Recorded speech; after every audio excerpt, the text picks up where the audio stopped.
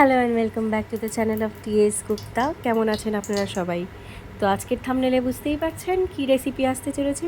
আগে হ্যাঁ, বাঙালিদের ভেজ স্টাইল ঘুগনি। এতে না পড়বে পেঁয়াজ, না পড়বে রসুন, কিন্তু তবে কী পড়বে? আদা, জিরা, লঙ্কা। দেখো, আদা, জিরা, লঙ্কা, টমেটো, এই মিশ্রণটা দিয়ে কতগুলো বাঙালি রান্না তুমি কিন্তু কমপ্লিট করতে পারো। সবসময় যে পেঁয়াজ আর রসুনের রান্নাই খেতে হবে এর কোনো কিন্তু মানে নেই। অনেকেই সাত্বিক খাওয়ার দাওয়ারের কথা বলে, কিন্তু আমি অতটা ডিটেলস তো জানি না সাত্বিকের, কিন্তু আমার মনে হয় ভেজ খাওয়ার যদি বলো এইভাবে খেতেই পারো। তো এখানে 3 টেবিল চামচ মতন আমি তেল নিয়েছি, তো ওটাকে একটু গরম করে নিচ্ছি। আমি তোমাদের ভালো করে বোঝাবার জন্যই কিন্তু এইভাবে করছি। এতে আমি দিয়ে দেবো একটু হিং, একটু হলুদ, না এখন হিংটা দিচ্ছি না অবশ্য, এতে আমি একটু হলুদটা দিয়ে দিচ্ছি। তার কারণ হচ্ছে কি, যে মানে ছোটো ছোটো করে আলু কাটা আছে সেইটাকে আমি ছাড়বো, তো যাতে তেল না ছেটে তোমাদের এই টিপসগুলো আমি দিয়ে দিই। আমি এমন কারোর জন্যে রান্নার রেসিপি আনছি না যারা অলরেডি রান্নাবান্না জানেন। আমি তাদের জন্য করছি যারা হয়তো একা একা থাকে, খেতে তাদেরও অনেক কিছু ইচ্ছে করে, বাড়ির থেকে দূরে আছে, তখন যদি কখনো পায় এরকম টাইপের ইচ্ছা করে খেতে, তখন নিজেরা খেতে পারবে বানিয়ে। খুবই সিম্পল রান্না কিন্তু এগুলো। তো দেখতেই পাচ্ছ আলুগুলো কীভাবে আমি কেটেছি। এইভাবেই ছোটো ছোটো পিসে আলুগুলোকে কেটে আমি একটু সাঁতলে নেব।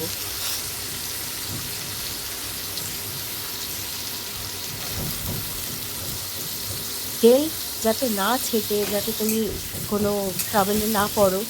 আমাদের এখানে বিল্ডিংয়ে কাজ হচ্ছে, যার জন্য ঠিকঠাক আওয়াজ পাবেন। কোনো না কোনো আওয়াজ তো হতেই হবে, সেখানে থাকি। তো নাও, এবার আলুগুলো আমার মনে হচ্ছিলো একটু আলাদা করে দেওয়াটা উচিত ছিল, সেই জন্য আমি এইভাবে তেলের মধ্যে আলুগুলোকে একটু ভেঙে নিয়ে সাঁতলাতে থাকবো।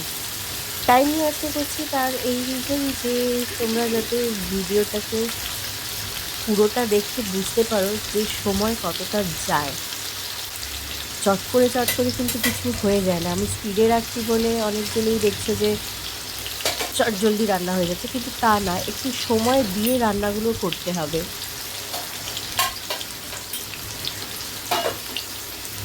যদিও আমি নির্ঘাত অন্য কোনো কাজে ব্যস্ত, যার জন্যই আমি এই কাজটাতে একটুখানি হালকা আঁচে রেখেছিলাম। এবার আমি নাড়াতে শুরু করলাম, হালকাভাবে সাঁতলাবো। ছ্যাং ছ্যাং ছ্যাং ছ্যাং করে কিন্তু কোনো রান্না হয় না।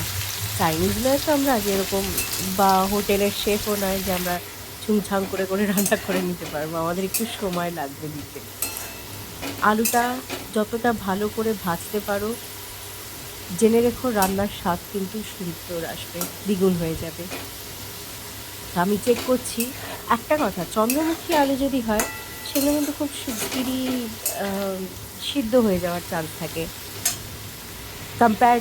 Compare to other potatoes. তো এর মধ্যে আমি দেখিয়ে দিচ্ছি জিরা, হিং, আর ওদিকে তেজপাতা, শুকনো মশলার মধ্যে এটাই দিচ্ছি আপাতত। আলু সাঁতলাবার পরে আলুটাকে আমি আলাদা করে রেখে নেব। ঘুগনির মটর আমি আগেই সিদ্ধ করে নিয়েছি। আমি তোমাকে বলবো কীভাবে ঘুগনির ডালটা তুমি বুঝবে যে একদম সিদ্ধ হয়ে গেছে। আর ঘুগনির ডাল সিদ্ধ করার জন্য একটা টিপস দিয়ে দিই, একটুখানি আদা, অর্ধেক মতন টমেটো আর 2টো কাঁচা লঙ্কা সমেত তুমি ঘুগনির ডালটাকে সিদ্ধ করতে দিও।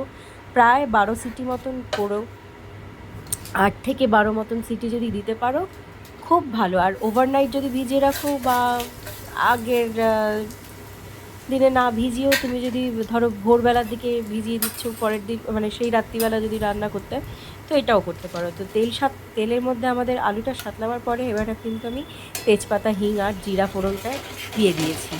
ভালো করে মিশিয়ে নেব যাতে ফ্লেভারটা চলে আসে।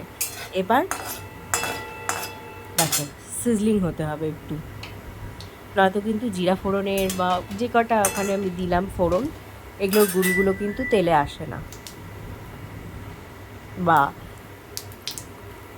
খাওয়ারের মধ্যে সেই ফ্লেভারগুলো মিসিং হয়ে যাবে যদি ঠিক করে না হয়। তো এখানে দেখতেই পারলে কী দেওয়া হচ্ছে, টমেটো, জিরা, টমেটো, আদা আর কাঁচা লঙ্কা। আগের থেকে এগুলো করে রাখলে তোমার একটা সুবিধা এটাও থাকে যে পুড়ে যাওয়ার চান্সটা থাকবে না অত বেশি। একটুখানি সিজন হতে হবে, তারপরেই আমরা একের পর এক জিনিস অ্যাড করতে থাকি। দেখো এবারে লঙ্কাগুলো আর টমেটোগুলো দিয়ে দিচ্ছি। পোড়া লাগার কোনো চান্সই হবে না, কারণ টমেটোর মধ্যে অলরেডি একটা জিসি এফেক্ট থাকে যেটা কিনা তেলের মধ্যে মিশছে। যদিও আমি এখানেও একটু জল দেবো, তবে এখন না, এই মুহূর্তে না।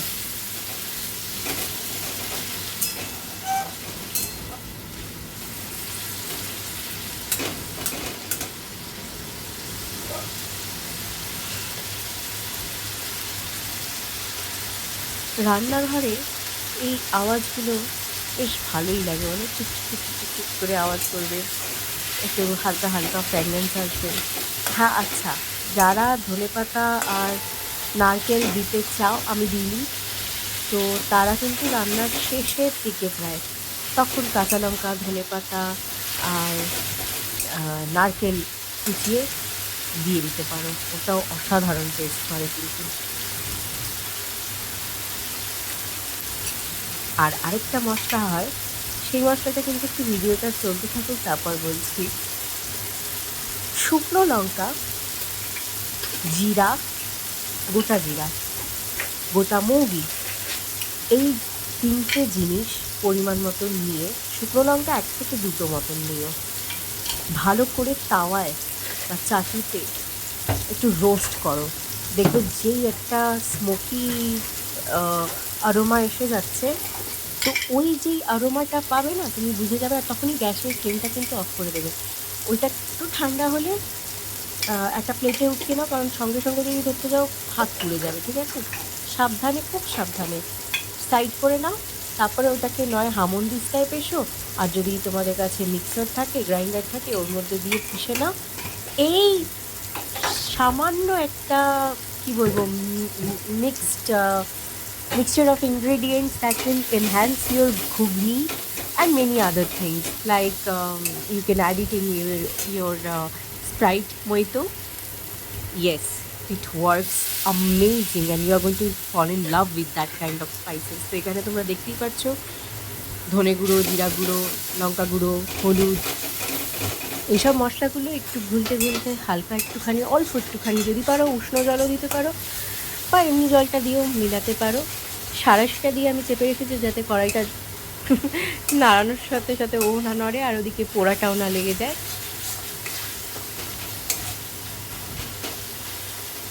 ভালো করে ম্যাশ করে নাও। তোমরা চাইলে এই আগের স্টেজ যে মানে যতক্ষণ না এটা এরকমভাবে মিহি হয়ে মিশছে, চাইলে তোমরা কিন্তু এমনি মিক্সিতেও বাটতে পারো, কিন্তু আমার মনে হয় একটু ঘরোয়া রান্নাও শেখাটা ভালো। সবসময় যে মিক্সিটা কাজ করবে এর তো কোনো গ্যারান্টি নেই, তাই না? ওইখানে ভাজা সাতলানো আলুগুলোকেও আমি মিক্স করে নিচ্ছি, একটুখানি জল দিয়ে দেবো,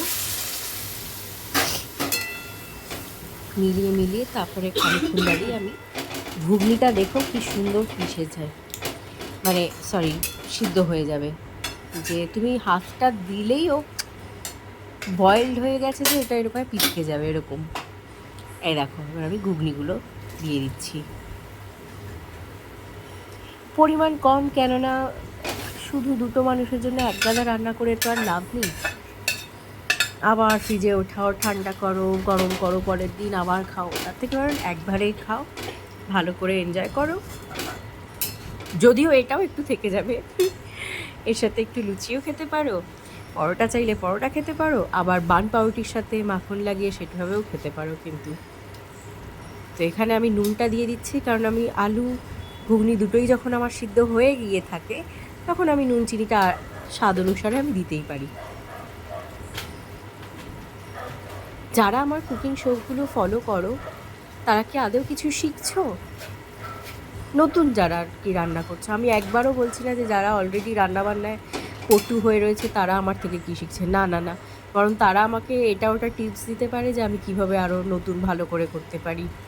তো আমি এখান থেকে একটা মটর নিয়ে সাইডে দেখব যে ওটা সিদ্ধ হয়েছে কি না, না ওটা সিদ্ধ হয়েছে। খানিকক্ষণ আরও এটাকে সাতলাতে থাকবো। ঘুগনি দিয়ে তোমাদের বাই দিবে কী ভালো লাগে? ট্রেনের ঘুগনিগুলো ভালো লাগে নাকি সেই চানাচুর দেওয়া সেই ঘুগনিগুলো ভালো লাগে? আচ্ছা, এক হাফ বা একটা মতন লেবুও দিয়ে দিতে পারো সিডসগুলো আউট করে। টকও হবে, আবার কেউ কেউ চাইলে তেঁতুল ঘোলা জলও দিতে পারো, সেটাও মারাত্মক খেতে লাগবে। যার যেটা সুবিধা। তা বলে বলুন আবার ভিনিগার দিয়ে দেবে। এটা একটু ঢাকা দিয়ে দিলাম, দেখি এবার কেমন লাগে। চলুন। দেখছেন ঘুগনির রং এসে, আর সত্যি বলছি গন্ধটা দুর্ধর্ষ ছিল। আর নেহাত আমার কাছে আজকে ধনেপাতাটা ছিল না, শুকিয়ে গেছিলো, ওগুলো তো আর দেওয়া যায় না। এই ঘুগনিটা জাস্ট অসাম হয়েছিল, আমি বলছি, কারণ আমার সত্যি ভালো লেগেছে। আর যে আমার সঙ্গে পেয়েছে আমার মা, তারও খুবই ভালো লেগেছে। এ দেখো লেবুটা আমি দিয়ে দিচ্ছি, চাইলে আর একটু লেবু কেউ দিতে পারো। আমার একটা সিডস রয়ে গেছিলো, ও বাবা দুখানা, খেয়াল করিনি, দাঁড়ান পার করে নিতে হবে। তোমরাও এরকম টাইপের মিস্টেক্স করলে চাইলে তোমরা এই রে, আমি তো ভুলেই গেলাম, নিঘাত রান্না করতে গিয়ে আমি দেখিনি। তোমরা যদি এরকম ভুল করো অবশ্যই এটা বাইরে করে নিও। আচ্ছা, এখানে আমার সেই মশলাটা আছে, সেটাও আমি দিয়ে দিচ্ছি। কি মারাত্মক ভুল হলো বলো তো। তবে খেতে বসে যদি কারোর মুখে পড়ে সেটা অবশ্যই আমরা ফেলে দেবো।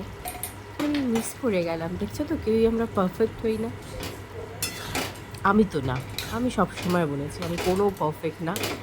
তবে লাইফ একটু ইজি করার জন্য যতটা সম্ভব সেগুলো করবো, বা হাইজিনিক রাখার মতন হলে সেটাও সম্ভব করবো। তবে এটা আমার কিন্তু একদম শিয়ার মিস্টেক হয়ে গেল।